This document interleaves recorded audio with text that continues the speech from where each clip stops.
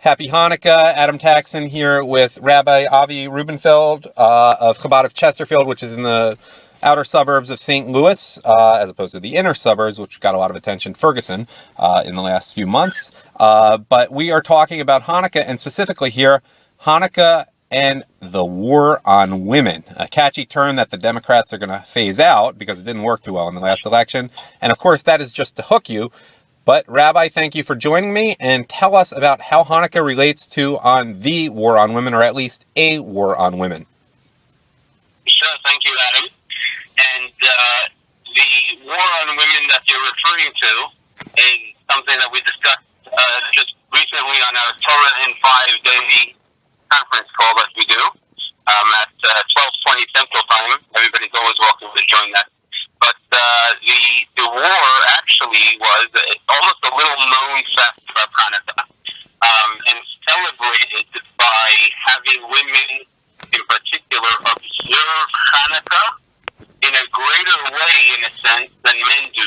That men are allowed to do work, labor, or other things while the Hanukkah candles are burning, whereas Jewish woman is meant to observe that in a way that she would not do anything during the candlelight, the candles burning, in order to commemorate the fact that during the time of the Hanukkah... Wait, Rabbi, let me interrupt with what you mean by that.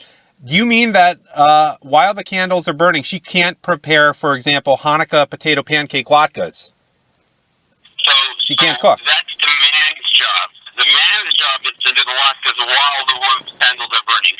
Beforehand, she can do that, or after, she can do that. But during the candles burning, that's when the man kicks in and says, "Hey, honey, put your feet up, relax. I'm going to take care of everything." And I want to make a distinction clear for the listeners, not all of whom are as schooled in Judaism as you and I are, but that most Jewish holidays are, you don't work. You don't work during the holiday days of Passover, certainly not Rosh Hashanah, Yom Kippur, even Shavuot, Sukkot, the holiday days. But Hanukkah, Purim, and Tisha B'Av are rabbinical holidays. Anything I missed there? So you can actually go to work. Anything else I need to say about that, or I just want to make it clear to people? That is a good distinction, yeah. Okay, so we work on Hanukkah. Okay, sorry to cut you off. I just wanted to interject that right there. Sure.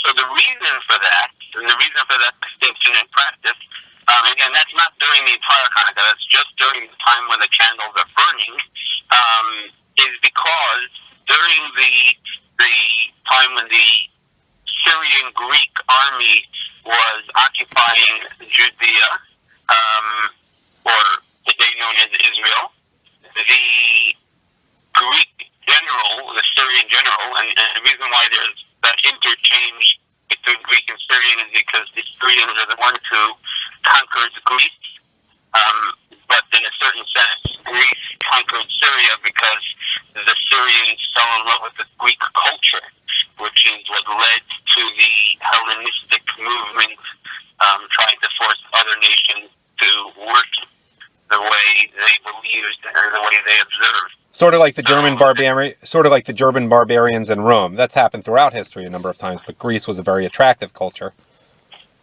Sure. So the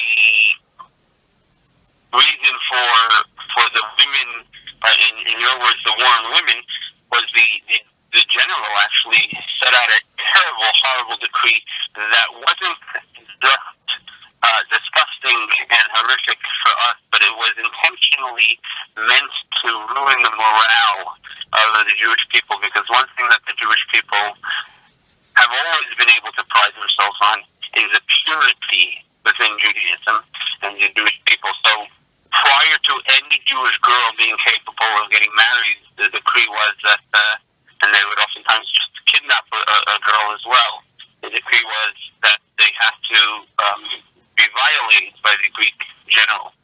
And as a matter of fact, that ultimately brought their downfall as well, because Yehudit, the daughter of the high priest, was one of those girls that they kidnapped, and she ended up feeding the general cheese and making him extremely thirsty, and that led to him drinking all that wine, which caused him to get drunk and fell asleep. And when that happened, she took matters into her own hands, literally, so to speak, and she took his sword and gently helped benefit the rest of society by removing his head from his shoulders. And she paraded that around town, which actually is the straw that broke the camel's back. That was what ended the war. That's what when the army finally retreated. So that being the case, the war and the terrible decree affected the women directly, and it also led to the woman being the one who brought the war to an end.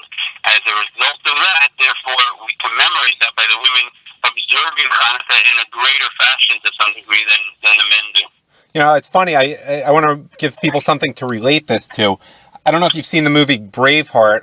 A lot of Jews, secular Jews in particular, tend not to be fans of Mel Gibson, but there's a scene in there in which the British apparently do something similarly to the Scottish women, which apparently, by the way, has no basis in reality. He sort of made that thing up, but that's a way for people to relate, and that causes the turn of events that leads to the war and I guess the Mel Gibson character, William Wallace, being the outlaw. By the way, one other ironic note, there was a rumor a few years ago that he was going to make a movie about Hanukkah, a movie which, by the way, has never been made. But that's a tangent. There's one other interesting thought that I can't help but mention here. You know, it's about the women being violated, but you got to think with what we understand about the Greeks back then, and I'm only being somewhat tongue-in-cheek, it's almost as if they would want to violate the grooms. They were very into homosexuality for many centuries, and I often wonder, and you don't have to answer this if you don't know the answer, if it's not politically correct to, but how much of what the Jews or some of the Jews, because it was largely a civil war between Jews, how much of what the Jews were repulsed by in terms of Greek culture was the promotion of homosexuality, which real Judaism was certainly very much against? Was that a part of the Hanukkah story? I've heard that it is. That's a very good question. The accurate answer is I do not know. But you made a reference to something that I didn't quite understand. You said if it's not politically correct. I'm not sure I understand that. If it's correct, it's correct. If it's incorrect, it's incorrect. Where does politically correct fit into the picture? At a lot of synagogues, but apparently not Chabad of Chesterfield. A lot of rabbis will never talk about that kind of thing. I mean, you know that as well as I do, but I mean, you know exactly what I mean there. I don't know if it's correct, it's correct. If it's not, it's not. Okay. Well, we know what Leviticus and, to some extent, Genesis say about the matter, despite what they'll say at a lot of non-Orthodox and even some so-called modern Orthodox synagogues. But, I mean, that's really not the purpose of the talk. I'm genuinely interested because what is often taught is they would make the Jewish students, and I'm really getting off topic here, but they would really make the Jewish students, these basically the equivalent of yeshiva boys, wrestle in the nude. And we know that that's not only about wrestling. And I always thought that was something that really repulsed the Jews back then and may have been part of the straw that broke the camel's back. That's a wonderful observation. I must well know. So you have a wonderful and happy Hanukkah. Okay. And we will talk a little later, okay? Yeah, thank you for joining me.